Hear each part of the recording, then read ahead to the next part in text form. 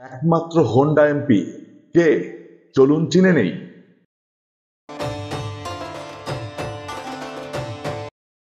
সাধারণত এমপিরা গাড়িতে চড়ে বিশাল কর্মী বাহিনী নিয়ে চলে, এমনটাই দেখা যায় বাংলাদেশে।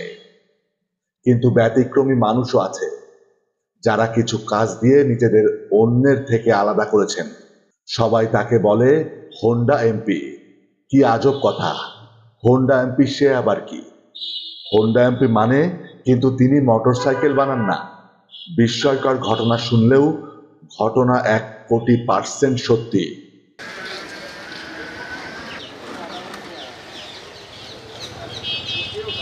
তিনি হোন্ডায় চড়েই তার নির্বাচনী এলাকায় সব কাজ করতেন। আরও মজার বিষয়, তিনি নিজেই হোন্ডা চালাতেন সব সময়। যে কোনো মিটিং, তার যে কোনো নির্বাচনী এলাকা পরিদর্শন, এমনকি কোনো প্রতিষ্ঠানের উদ্বোধন বা ভিত্তিপ্রস্তর স্থাপন, সবসময় তিনি হোন্ডা বা মোটরসাইকেল চালিয়ে সেই এলাকায় যেতেন। অনেক সময় তার সাথে বেশ কিছু কর্মী সমর্থক থাকত, আবার মাঝে সাঝে তিনি একাই চলতেন মাইলের পর মাইল।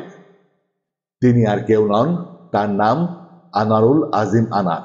ঝিনাইদহ ৪ কালীগঞ্জ আসনের সাংসদ তিনি। আনারুল আজিম আনার কালীগঞ্জ পৌরসভার ৫ নম্বর ওয়ার্ডের কাউন্সিলরে বিজয়ী হয়ে জনপ্রতিনিধি হিসাবে কাজ শুরু করেন। তার ৩২ বছরের রাজনীতিতে তিনি একবার কালীগঞ্জ পৌর মেয়র নির্বাচনে অংশ নিয়ে পরাজিত হন।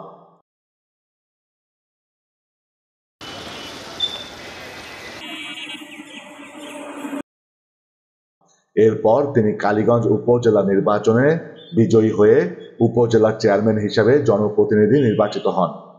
তার পরের ইতিহাস আরও বর্ণাঢ্য, আরও ঈর্ষণীয়। পরপর হ্যাটট্রিক করেন নৌকা প্রতীক নিয়ে কালীগঞ্জ অর্থাৎ ঝিনাইদহ ৪ সংসদীয় আসনের সাংসদ নির্বাচিত হয়ে। এলাকাবাসী তাকে হোন্ডা এমপি বলেই চেনে, কারণ তিনি নিজেই হোন্ডা চালাতেন। অবশ্যই পছন্দ করতেন মোটরসাইকেল চালাতে। তার হোন্ডা নিজ হাতে চালানোর প্রয়োজনটা কি জানতে চাইলে তিনি বলেন, বিশাল কর্মী নিয়ে চলার প্রয়োজন নেই।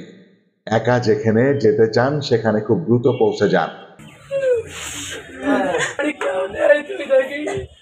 যাওয়ার পথে মানুষের সাথে সালাম বিনিময় হয় অনবরত। সবার সাথে দেখা হয়। যেখানে যাওয়া দরকার সেখানে ছুটে যাওয়া যায়। মানুষের প্রয়োজনে দ্রুত কাজ করা যায়।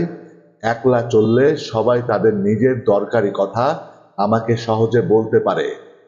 অনেক সময় সবার মধ্যে কথা বলতে অপ্রস্তুত মনে করে অনেকে, কিন্তু একা একা কথা বললে সবাই আমার সাথে মিশতে পারে, তাদের কথা বলতে পারে, আবার কাজটিও গোপন থাকে।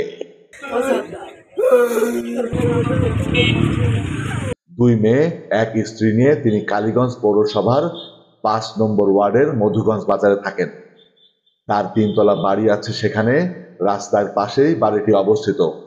আনোয়ার আজিম আনারের নিখোঁজ বা মৃত্যুর ঘটনা সারা পৃথিবীতে যেমন চাঞ্চল্য ও আলোড়ন সৃষ্টি করেছে, তেমনি তার লাশ খুঁজে না পাওয়া আরো বেশি শোকাহত করেছে এলাকাবাসী, স্বজন, তার কর্মী সমর্থকদের।